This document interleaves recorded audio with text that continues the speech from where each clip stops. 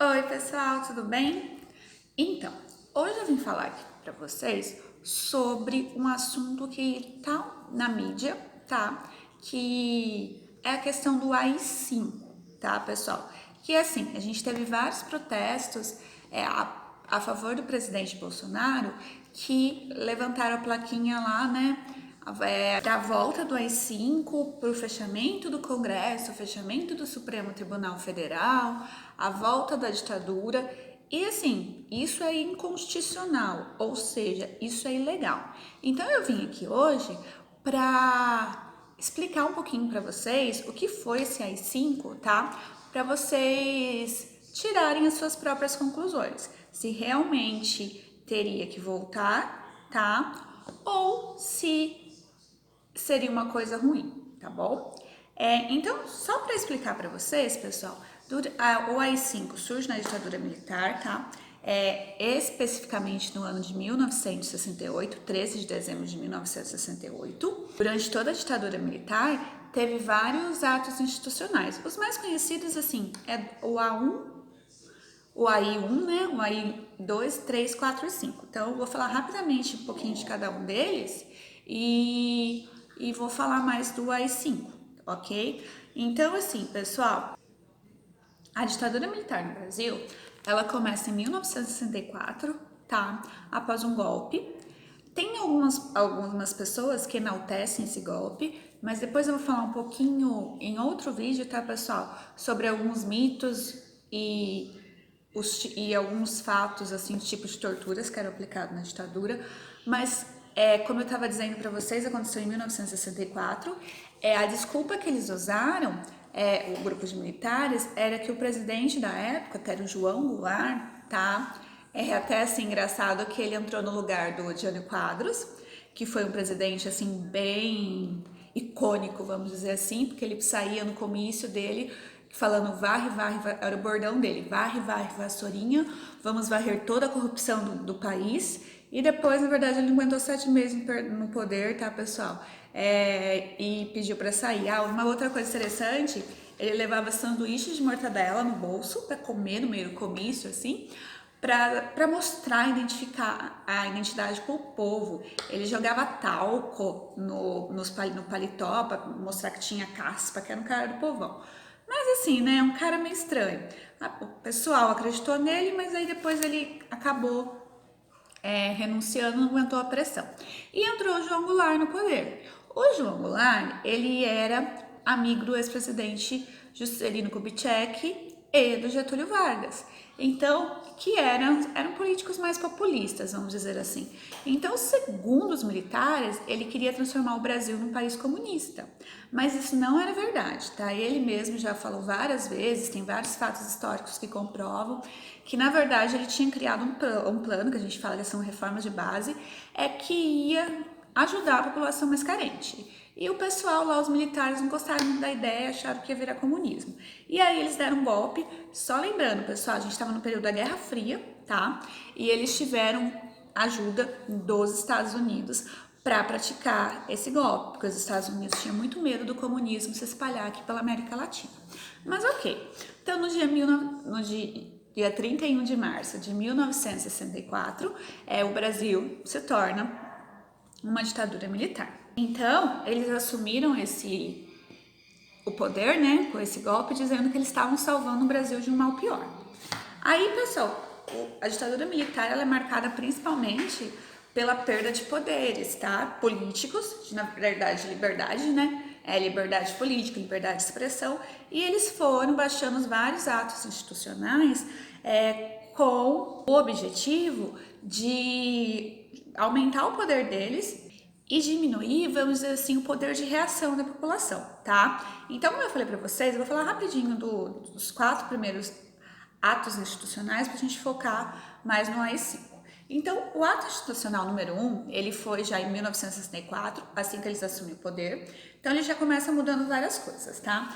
Primeiro, eles podiam caçar os direitos políticos das pessoas que não concordassem com eles. Então, se tivesse algum político que não aprovava o regime militar, vaza, tá? Caçar os direitos políticos, para quem não sabe, é você, tipo, tira o direito da pessoa dela ser política, então ela não pode mais ocupar cargo político. Outra coisa importante, pessoal, eles suspenderam a Constituição, ou seja, a Constituição bonitinha que existia, não é a que a gente tem hoje, tá? A gente tem hoje a de 1988. A Constituição bonitinha que existia, ela estava suspensa, então ninguém precisava seguir o que estava lá. Ninguém, eu digo os poderosos, né? Então eles poderiam fazer o que eles bem quisessem. E outra coisa que a gente ainda naquela época, antes do golpe, se vivia numa democracia, o presidente seria escolhido pelo Congresso. Então, aí, esse foi o ato institucional número 1, tá? Como a gente fala, AI1. Então, pessoal, o AI2, ele aconteceu em 1965 e ele tornava ilegal a existência de partidos, tá? Hoje no Brasil, sei lá quantos partidos a gente tem, mas tem mais de 30 partidos. Naquela época não podia mais ser partido. Até aí depois eles deram uma mudança, eles criaram 2 partidos, tá? O Arena, que era o partido do regime militar, e o MDB, que teoricamente era oposição, mas não podia ter oposição naquela época, né? Se você fosse opositor demais, você tascava fora, né? Você ia ser jogado para escanteio. Então, aí em 1966, a gente tem o ato institucional número 3, tá? Que eles decidem que a eleição para governadores, elas antes eram feitas ainda democraticamente, o povo que escolhia, vai ser feitas pelos deputados, tá? Por quê? Porque aí eles não corriam o risco de um governador que eles não gostassem, que não fosse militar, não ser eleito, porque ali no Congresso eles comandavam legalzinho, tá? 1967 vai surgir o AI4, tá? Eles criam uma nova Constituição. Essa Constituição dá muitos poderes aos militares, então, tipo assim, tava tudo lindo, perfeito, do jeito que eles queriam, tá?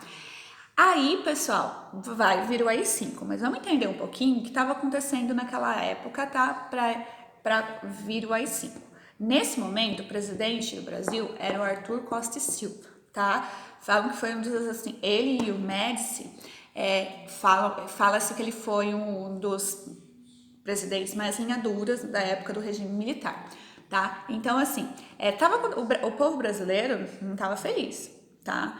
Porque, assim, eles não tinham direito para nada, eles não podiam reclamar, a situação econômica estava ruim. Então, eles começaram a fazer vários protestos, tá, pessoal? E, assim, alguns eram pacíficos, outros não. Então, eram protestos que teve morte tanto do lado da direita quanto do lado da esquerda. Logicamente que o lado da direita teve mais violência, por quê? Porque eles tinham mais armas, eles tinham mais treinamento, né? Eles eram militares e tal. E o povo da esquerda, eles estavam pegando em armas, mas eles não sabiam exatamente o que eles iam fazer, né? Mas teve vários confrontos. Nessa época, o movimento estudantil, ele era muito presente, tá, pessoal? A UNE, que é a União Nacional dos Estudantes, fazia vários congressos, eles faziam vários protestos e tal. E aí, o negócio estava ficando meio tenso, porque estava aumentando o número de protestos e o regime militar estava assim, ele reprimia da pior forma possível. Só que ele precisava dar um jeito de que a gente fala endurecer mais o regime para não correr o risco desses grupos se fortalecerem até conseguir tirar eles do poder, tá? Então, assim, eles estavam reprimindo fortemente esses conflitos, estavam matando muita gente, tá? Matava gente dos dois lados, mas, como eu falei para vocês, quem sofria mais era o lado da esquerda por não ter tanto armamento. Mas eram grupos guerrilheiros também, né? A gente não pode defender a violência de nenhum dos lados. Mas assim, eles estavam esperando um momento propício, né? Para eles conseguirem, vamos dizer assim, instalar mais um ato institucional para endurecer ainda mais o governo, né? Tipo assim, né? Aumentar o poder deles e conseguir reprimir mais essas manifestações.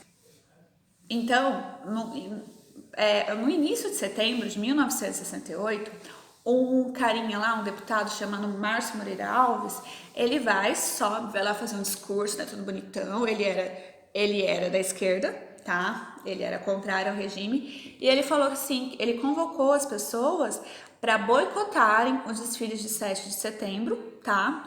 Que não era para ninguém ir assistir os desfiles em protesto contra a ditadura militar. Aí a ditadura militar fingiu que não gostou, mas na verdade ela adorou, né, pessoal? Porque foi assim, o motivo que faltava, o pingo de água que faltava para o negócio transbordar. Então, com base nisso, né, eles consideraram que isso era uma afronta ao símbolo do Brasil, né, a independência e tal, que na minha opinião a independência do Brasil é uma falácia, né, uma mentira, porque como que é uma independência se a gente continua sendo dominado por outro país? Mas isso é outra história. Então, eles resolvem baixar o AI-5. O que dizia o AI-5, tá? O ato institucional número 5, ele foi baixado. O AI-5, ele foi publicado no dia 13 de dezembro de 1968. Tem gente que fala que tem um livro até do Zênio Ventura muito bom, que é o ano que não terminou, tá, pessoal? Que fala desse ano, né, de tudo que aconteceu e tal, que foi um dos anos mais tensos da nossa história. E assim, lembra lá do Márcio, o Moreira Alves lá, o deputado? No dia seguinte que publicou esse ato institucional, pessoal, ele foi cassado, perdeu os direitos políticos e fugiu do país, né? Porque senão ele ia ser preso. Então, algumas características desse AI-5. Então, lembra que eu falei para vocês que eles já podiam caçar os políticos, os deputados, só que agora eles podiam caçar, além deles poderem caçar os políticos, com o AI-5, eles poderiam caçar mandatos de deputados federais, estaduais, de vereadores, de prefeitos. Eles poderiam, a hora que eles quisessem, demitir juízes. Aquele juiz está fazendo uma investigação contra mim. Manda ele embora, manda alguém que na minha confiança que não vai fazer investigação sobre mim. Outra coisa que ele podia fazer, pessoal, era suspender os direitos políticos dos cidadãos. Ou seja, ele podia demitir, remover, aposentar funcionários civis e militares.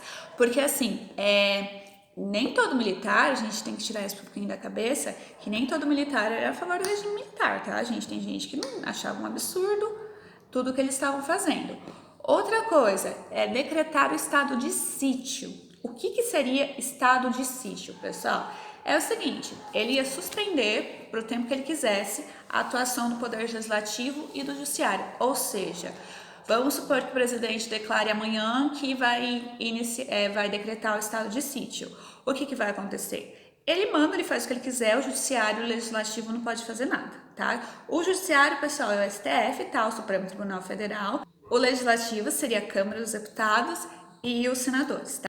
Uma outra coisa, eles poderiam confiscar bens para punir a corrupção. Então, vamos supor que o seu José, no sitinhozinho dele, ele fosse acusado de corrupção.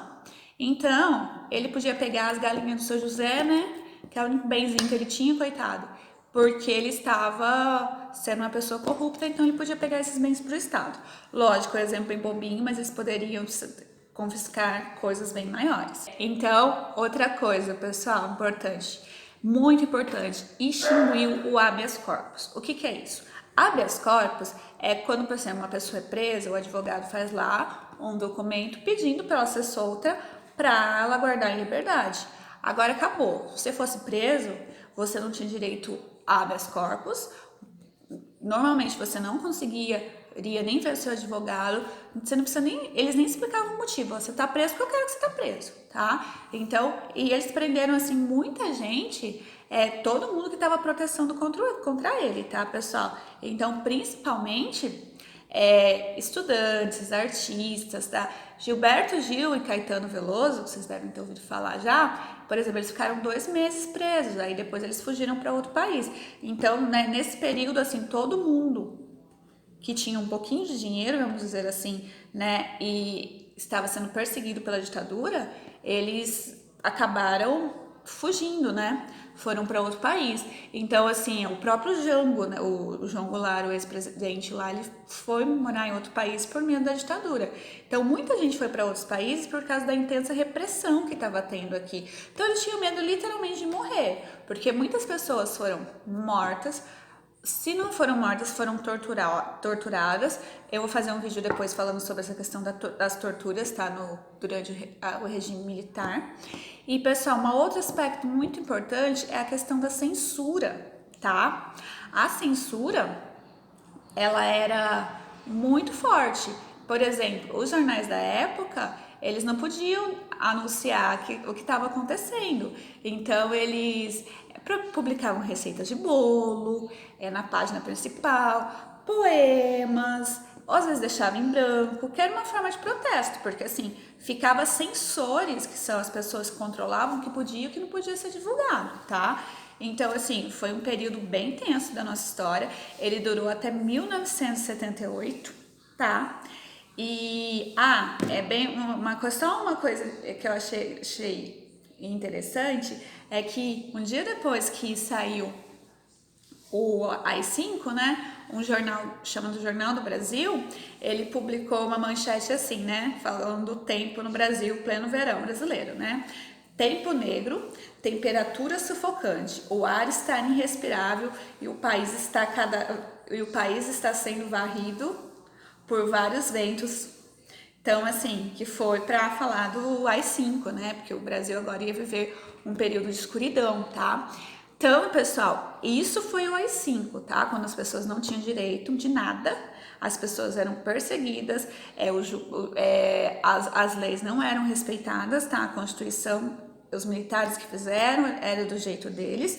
Então, será que uma nova intervenção militar, um novo AI-5, seria bom?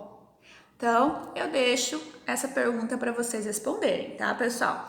Se gostaram do vídeo, dê um like, se inscreva no canal.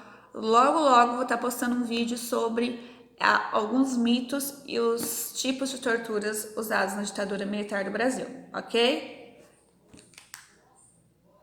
É isso, pessoal. Fiquem bem. Tchau, tchau.